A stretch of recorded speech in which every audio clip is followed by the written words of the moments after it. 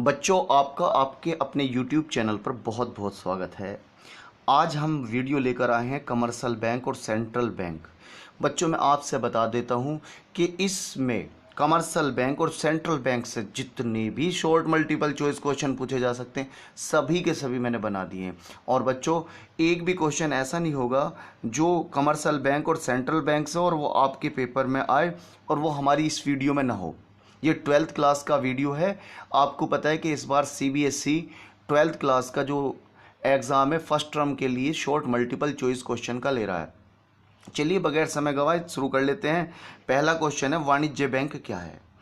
एक वित्तीय संस्था है, लोगों के रुपये को अपने पास मांग जमा के रूप में रखती है, उपभोग तथा निवेश के लिए उधार देती है। उपरोक्त तीनों। बच्चों, सही आंसर है डी, उपरोक्त तीनों। क्योंकि जो है वाणिज्य बैंक इन तीनों कार्यों के अलावा भी कार्य करती है। तो ये सबसे पहले ये तो इसका वही हो गया नाम, ये वित्तीय संस्था है।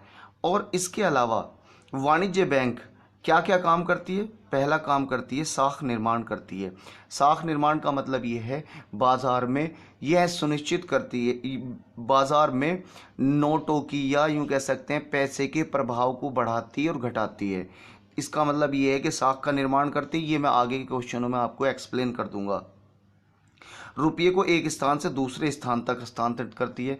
आपको पता है कि आपके खाते से दूसरे के खाते में ट्रांसफ़र कर देती है, एक जगह से दूसरी जगह भेज देती है ड्राफ्ट के जरिए।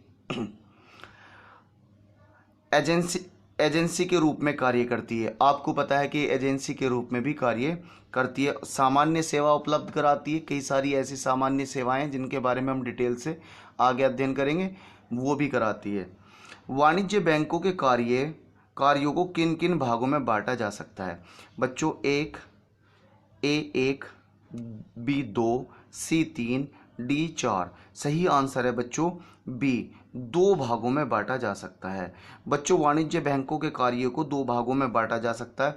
एक तो उसके मुख्य कार्य, दूसरा उसके गौण कार्य। मुख्य कार्य भी मैं डिटेल से बताऊंगा इसी वीडियो में, और गौण कार्य भी मैं आपको डिटेल से बताऊंगा। वाणिज्य बैंकों के मुख्य कार्य कौन कौन से हैं? बच्चों, पहला है केवल जमा स्वीकार करना, बी केवल ऋण देना, सी जमा स्वीकार करना तथा ऋण देना। उपरोक्त में से कोई नहीं। बच्चों, इसका सही आंसर है सी, जमा स्वीकार करना और ऋण देना। बच्चों, वाणिज्य बैंकों का जो मुख्य कार्य है वो लोगों की मांग जमाओं को स्वीकार करना और दूसरा उन्हें ऋण देना। बच्चों, मांग जमाएं वे जमाएं होती हैं जिन्हें चेक के ज़रिए या किसी और माध्यम से जब चाहे बैंक से निकाल सकते हैं। और ऋण देना, बैंक जो है ऋण देने का कार्य करती है, उधार देने का। क्योंकि जो पैसा जमा होता है उस पर बैंक अपने ग्राहकों को इंटरेस्ट देती है और वो इंटरेस्ट का पैसा उस पर कहाँ से आएगा? जब वो लोगों को ऋण देगी। निम्नलिखित में से कौन वित्तीय संस्थाएं हैं? बैंक, LIC, डाकखाने। उपरोक्त तीनों। बच्चों, सही आंसर है उपरोक्त तीनों। लेकिन बच्चों, बैंक और वित्तीय संस्थाएं जो हैं, ये तीनों की तीनों वित्तीय संस्थाएं तो हैं, लेकिन इनमें आप फर्क समझ लीजिएगा। LIC और डाकखाने वित्तीय संस्था हैं लेकिन बैंक नहीं है। क्योंकि बैंक होने के लिए दो शर्तें हैं। पहली शर्त तो ये चेक द्वारा निकाली जाने वाली बैंक जमाओं को स्वीकार करना, और दूसरा जो है ऋण देना। लेकिन LIC चेक मांग जमाएं तो स्वीकार करती है लेकिन ऋण नहीं देती। यानी कि डाकखाने क्या करते हैं? मांग जमाएं स्वीकार करते हैं, ऋण नहीं देते। यानी LIC जो पैसा जमा करती है अपने पास, उस पर ऋण तो देती है, लेकिन वो निकालने पर आपको चेक के ज़रिए नहीं निकालेगी, उसका एक अलग प्रोसीजर है। और डाकखाने आपके पैसे को जमा तो कर लेंगे, लेकिन वो क्या करेंगे? उस पैसे को उधार नहीं देंगे। तो इस तरीके से हम कह सकते हैं कि LIC और डाकखाने दोनों वित्तीय संस्थाएं हैं लेकिन बैंक नहीं है। अगला क्वेश्चन है, वाणिज्य बैंकों के गुण कौन कौन से हैं? केवल एजेंट के रूप में कार्य करना, केवल सामान्य उपयोगिता के लिए कार्य करना, एजेंट के रूप में कार्य करना और सामान्य उपयोगिता की सेवाएं। बच्चों, वाणिज्य बैंक के गौण कार्य, गुण लिखा गया, गौण कार्य कौन कौन से? अब इसमें से हम, इसका सही आंसर है बच्चों सी, एजेंट के रूप में कार्य करना और सामान्य उपयोगिता की सेवाएं। तो वाणिज्य बैंक के जो गुण हैं वो यही हैं। ठीक है, अब हम बात करेंगे इनके बारे में। मैं डिटेल से भी आपको बताने वाला हूं कि ये एजेंट के रूप में कैसे कार्य करते हैं। सामान्य उपयोगिता की सेवाएं इनकी कौन कौन सी हैं वाणिज्य बैंकों की। वाणिज्य बैंकों के एजेंट के रूप में कार्य कौन कौन से हैं। पहला है विभिन्न मदों का एकत्रीकरण और भुगतान करना। दूसरा प्रतिभूतियों को खरीद और बिक्री करना।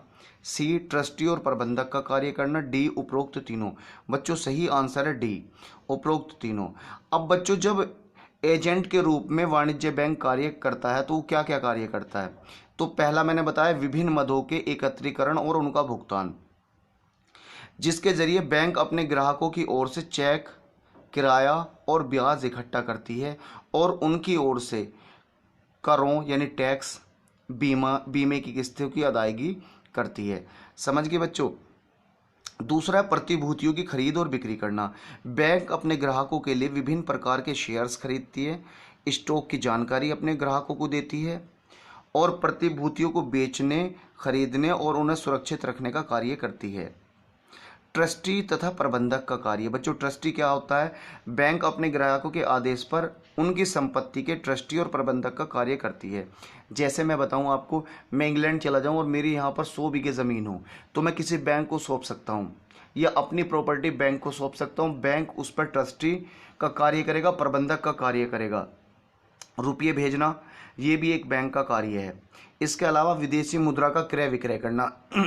इंटरनेशनल मार्केट में जिन मुद्राओं में बैंक को लगता है कि मुनाफा होगा उनको खरीद लेती है और बाद में उनको बेच देती है जब उनके रेट बढ़ते हैं। आजकल बच्चों आप सुनते रहते होंगे डॉलर बढ़ गया, डॉलर घट गया। तो विश्व बाजार में व्यापार जो है मुद्रा में भी होता है। संदर्भ पत्र। बैंक अपने ग्राहकों की आर्थिक स्थिति की सूचना देश विदेश के व्यापारियों को भी देता है और उनकी सूचना अपने यहाँ के ग्राहकों को देता है। इसे हम बच्चों संदर्भ पत्र कहते हैं।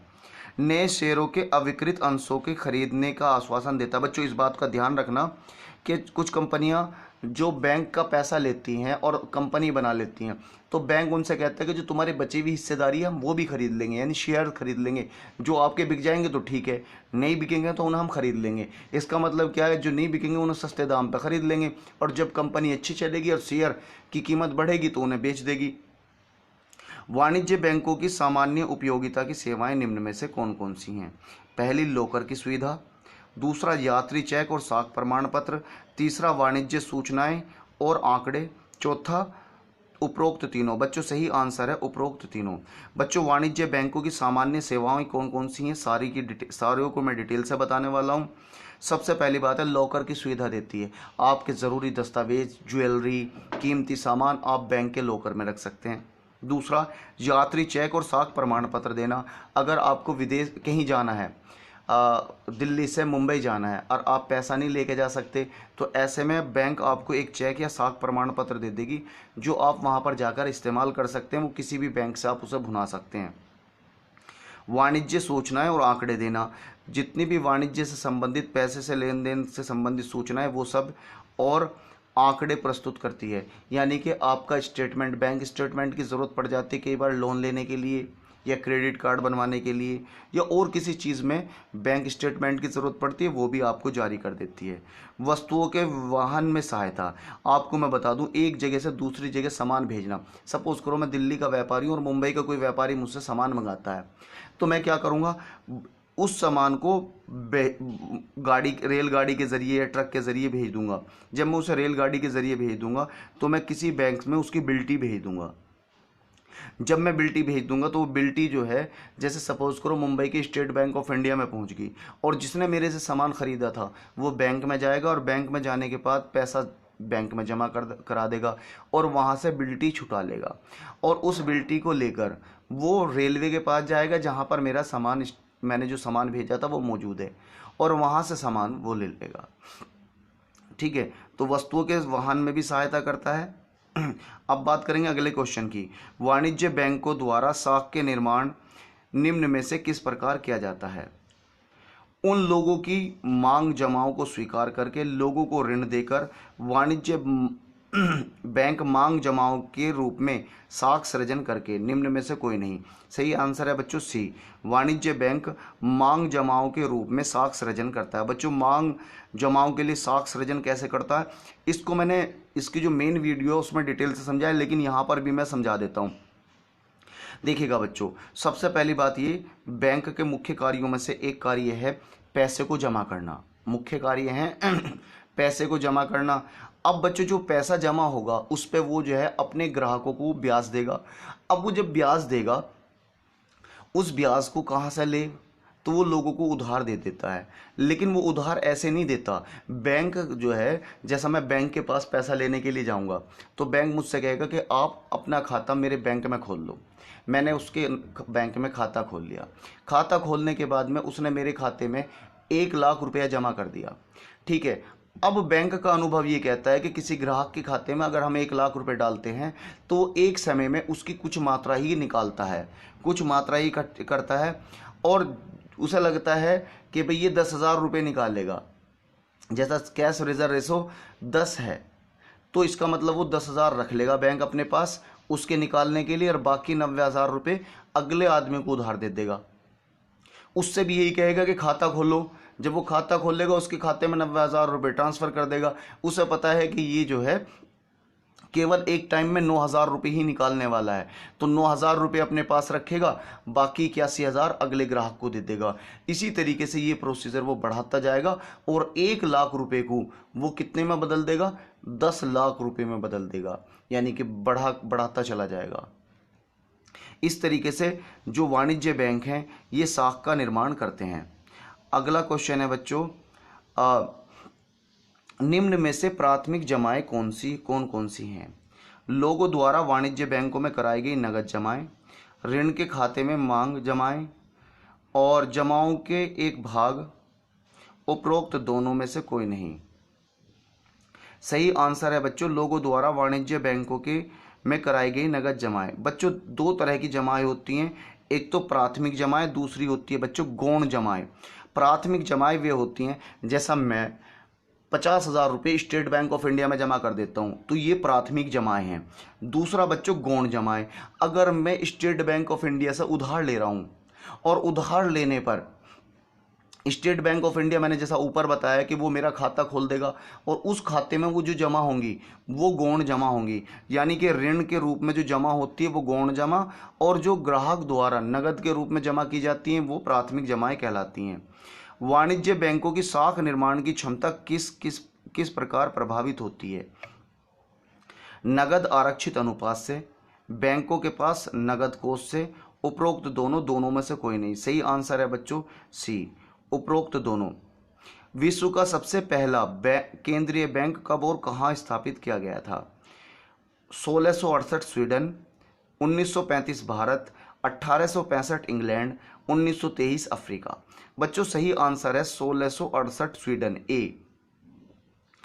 निम्न में से कौन सा किसी देश का केंद्रीय बैंक नहीं है।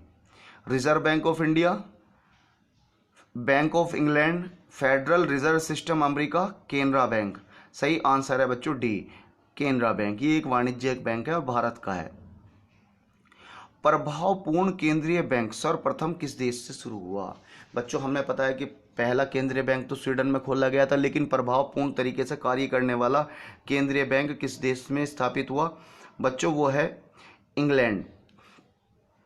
1690 France, 1694 bank of England, 1720 federal reserve system America, 1935 reserve bank of India. सही आंसर है बच्चों बी, 1694 बैंक ऑफ इंग्लैंड। अगला क्वेश्चन है भारतीय रिजर्व बैंक की स्थापना कब की गई थी। ए अप्रैल 1935, बी 26 जनवरी 1950, सी 3 मार्च 1967, डी उपरोक्त में से कोई नहीं। बच्चों सही आंसर है ए, 1 अप्रैल 1935। बच्चों इस रिजर्व बैंक ऑफ इंडिया से संबंधित बहुत ही महत्वपूर्ण फैक्ट मैं इस वीडियो में रख रहा हूं और उन्हें आपको ज़रूर याद कर लेना है। सबसे पहली बात ये, इसकी स्थापना 1 अप्रैल 1935 को reserve bank of India act 1934 के अनुसार हुई थी। किस एक्ट के अनुसार हुई थी। Reserve bank of India act 1934। Bharat के अर्थज्ञ बाबा साहब अम्बेडकर ने भारतीय रिजर्व बैंक की स्थापना में अहम भूमिका निभाई थी। उनके द्वारा प्रदान किए गए दिशा निर्देशों और निर्देशक सिद्धांत के आधार पर भारतीय रिजर्व बैंक बनाया गया था। बैंकों की कार्य पद्धति या काम करने की शैली और उनका दृष्टिकोण बाबा साहब ने हिल्टन यंग कमीशन के सामने रखा था। एक हिल्टन यंग कमीशन के नाम से कमीशन था, उसके सामने रखा था। जब 1926 में ये कमीशन भारत में royal commission of Indian currency and finance के नाम से आया था, तब इसके सभी सदस्यों ने बाबा साहब के द्वारा लिखे हुए ग्रंथ the problem of the rupee, its origin and it's solution, रुपये की समस्या, इसके मूल और उसके समाधान की जोरदार वकालत की थी और उसकी पुष्टि की थी। ब्रिटिशों के वैधानिक सभा लेजिस्लेटिव असेंबली ने इसे कानून के रूप देते हुए भारतीय रिजर्व बैंक अधिनियम 1934 का नाम दिया। प्रारंभ में इसका केंद्रीय कार्यालय कोलकाता में था, यानी रिजर्व बैंक का जो पहला केंद्रीय कार्यालय कहाँ पर था? कोलकाता में। और 1937 में ये मुंबई आ गया। पहले एक निजी बैंक था, किंतु 1949 में यह भारत सरकार का उपक्रम बन गया और वर्तमान में शक्तिकांत दास भारतीय रिजर्व बैंक के गवर्नर हैं। शक्तिकांत दास वर्तमान में भारत के रिजर्व बैंक के गवर्नर हैं। अगला क्वेश्चन है, केंद्रीय बैंक निम्न में से क्या कार्य करता है? नोट जारी करता है, सरकार का बैंक है, बैंकों का बैंक है, उपरोक्त तीनों। बच्चों सही आंसर है डी, उपरोक्त तीनों। बच्चों ये जो कार्य करता है वो निम्न है। सबसे पहले मैंने बताया नोट जारी करता है, सरकार का बैंक है, बैंकों का बैंक है। अब बच्चों इसके अलावा जो बचे हुए कार्य हैं, अंतिम ऋणदाता है। जब वाणिज्य बैंकों को या सरकार को कहीं से ऋण नहीं मिले तो वो ऋण कहाँ से देता है? अंतिम ऋणदाता कौन होता है? Reserve bank of India. देश के विदेशी मुद्रा कोष का संरक्षक है। बच्चों जो विदेश से आने वाली करेंसी है, डॉलर है, पौंड है, रियाल है ना, या टका है, उन सबको जो है अपने पास संरक्षित रखता है। इसके अलावा समाशोधन गृह का कार्य करता है। बच्चों इसे समझ लीजिएगा। चेकों का निस्तारण करता है। बच्चों मेरा खाता स्टेट बैंक ऑफ इंडिया में है, मैंने एक व्यक्ति को चेक दिया जिसका खाता पंजाब नेशनल बैंक में है, तो वो पंजाब नेशनल बैंक वाला अपने ही बैंक में उस चेक को डालेगा, तो वो चेक कहाँ जाएगा? वो चेक जाएगा रिजर्व बैंक ऑफ इंडिया में। इसी तरीके से पंजाब नेशनल बैंक जो चेक देगा वो भी रिजर्व बैंक ऑफ इंडिया में देगा, पहुंचेगा। इस तरीके से सभी के चेक जो हैं केंद्रीय बैंक में पहुंच जाएंगे, वहीं पर उनका निस्तारण होता है। जिसका पैसा जितना निकलता है वो उसी के खाते में ट्रांसफर कर देता है। इसके अलावा साख का नियंत्रण करना। बच्चों बाजार में मुद्रा का नियंत्रण करना, ये कार्य भी रिजर्व बैंक ऑफ इंडिया का है। अगर मुद्रास्फीति की स्थिति है तो बाजार से करेंसी को कम कर देता है, और मुद्रा अविस्फीति की स्थिति है तो बाजार में मुद्रा बढ़ा देता है।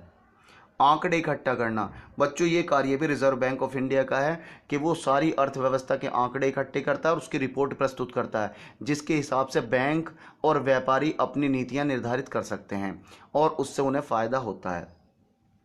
केंद्रीय बैंक के मौद्रिक नीति के मुख्य उपकरण क्या हैं? केंद्रीय बैंक जो उसकी मौद्रिक नीति है उसके मुख्य उपकरण कौन से? मात्रात्मक उपकरण है मौद्रिक नीति के। दूसरा, मौद्रिक नीति के गुणात्मक उपकरण है। सी, उपरोक्त दोनों। डी, दोनों में से कोई नहीं। बच्चों सही आंसर है सी, उपरोक्त दोनों। अब बच्चों बात करेंगे मौद्रिक नीति के मात्रात्मक उपकरणों की। पहला, बैंक दर। बी, खुले बाजार की क्रियाएं। सी, नगद आरक्षित अनुपात। डी, उपरोक्त तीनों। बच्चों सही आंसर है इसका डी, उपरोक्त तीनों। अब बच्चों इन्हें समझ लेंगे। सबसे पहली बात है बैंक दर। वह दर है जिस पर केंद्रीय बैंक वाणिज्य बैंकों को साख देता है, यानी कि केंद्रीय बैंक वाणिज्य बैंकों को जिस दर पर उधार देता है उसे हम बैंक दर कहते हैं, या यूं कह सकते हैं रेपो रेट। बैंक दर को ही रेपो रेट कहा जाता है। खुले बाजार की क्रियाएं। खुले बाजार की क्रियाओं से अभिप्राय केंद्रीय बैंक द्वारा प्रतिभूतियों का खुले बाजार में बेचना और खरीदना है, जैसे राष्ट्रीय बचत प्रमाण पत्र एनएसजी। बच्चों में एनएसजी के बारे में बता दूं, सरकार कुछ जो है एनएसजी पत्र जारी कर देती है।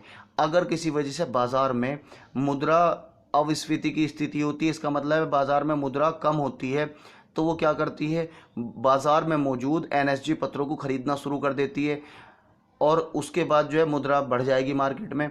और अगर किसी वजह से बाज़ार में मुद्रा की अविस्फीति की स्थिति है और मुद्रा ज़्यादा है, तो ऐसे में क्या करेगी, प्रमाण पत्र बेचने शुरू कर देगी और वो कह देगी कि 5 साल में आप 1 लाख रुपए जमा करो, ये प्रमाण पत्र खरीदो, आपके 5 साल में डबल हो जाएंगे या 6 साल में डबल हो जाएंगे। ऐसे में लोगों को लगेगा कि यार ये तो इंटरेस्ट रेट तो इसमें बढ़िया मिल रहा, तो वो अपने पैसे को NSG प्रमाण पत्र खरीद कर फिक्स कर देंगे। इसके अलावा अगला है बच्चों नगद आरक्षित अनुपात यानी CRR। इसका अर्थ है बैंकों की कुल जमाओं का वह अनुपात, न्यूनतम अनुपात जो उसे केंद्रीय बैंक के पास रखना पड़ता है, इसे बच्चों CRR कहते हैं।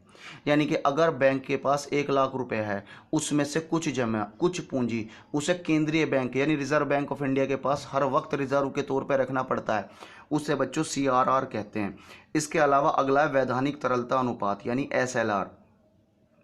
प्रत्येक बैंक को अपनी संपत्ति के एक निश्चित प्रतिशत को अपने पास हर वक्त मौजूद रखना पड़ता है, इसे हम जो है SLR के रूप में कहते हैं, यानी वैधानिक तरलता अनुपात।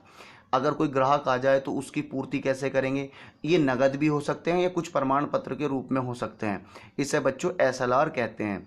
यूँ समझिएगा कि CRR क्या है, CRR जो है बैंकों की कुल जमाओं का कुछ हिस्सा उसे रिजर्व बैंक के पास रखना पड़ता है, और SLR है कि अपनी कुल जमाओं का कुछ पैसा उसे अपने पास रखना पड़ता है, बाकी पैसे को वो ऋण के तौर पर दे सकता है। यूँ कह सकते हैं CRR और SLR के अलावा जो पैसा है वो लोगों को ऋण के तौर पर वाणिज्य बैंक दे देता है। इसके अलावा मौद्रिक नीति के गुणात्मक उपकरण कौन कौन से हैं बच्चों, एक है सीमांत आवश्यकता, B साख राशनिंग, C प्रत्यक्ष कार्रवाई, उपरोक्त तीनों। सही आंसर है बच्चों D उपरोक्त तीनों। अब बच्चों इन सबको समझ लेंगे। सीमांत आवश्यकता क्या है बच्चों, अगर हम किसी वजह से बैंक से उधार लेने जाएंगे तो बैंक हमें ऐसे ही उधार नहीं देगा, बैंक हमसे क्या कहेगा कि कोई गारंटी लेकर आओ। अब सपोज करो कि हम अपना मकान उसके पास गारंटी के तौर पर रख देते हैं, तो सीमांत आवश्यकता क्या है, मेरा मकान 25 लाख का है और उसने मुझे 20 लाख रुपए उधार के तौर पे दिए, तो इसका मतलब जितने की कीमत का मकान है और जितने उसने उधार के रूप में दिए उसका जो अंतर है उसे सीमांत आवश्यकता कहते हैं। दोबारा समझ लीजिएगा, सपोज करो मेरे पास एक लैपटॉप है और वो मैं बैंक के पास गिरवी रख देता हूँ, बैंक देखता है कि इस लैपटॉप की वर्तमान कीमत 25,000 रुपये है, तो वो मुझे 25,000 रुपये उधार नहीं देगा, वो मुझे 20,000 रुपये देगा। तो इसका मतलब उधार दी गई राशि और जमानत राशि का जो अंतर है वो सीमांत आवश्यकता कहलाता है। प्रत्यक्ष साख राशनिंग बच्चों, साख राशनिंग क्या है बच्चों, सरकार द्वारा या रिजर्व बैंक द्वारा जो बैंक उधार देती है उसका एक कोटा निश्चित कर दिया गया है। अब वो कोटा क्यों निश्चित किया गया है, अगर किसी वजह से कोटा निश्चित नहीं किया जाता तो बैंक केवल उन्हीं क्षेत्रों में उधार देती जो क्षेत्र जो हैं उसका पैसा आसानी से लौटा सकते और उसे अच्छा खासा ब्याज दे सकते।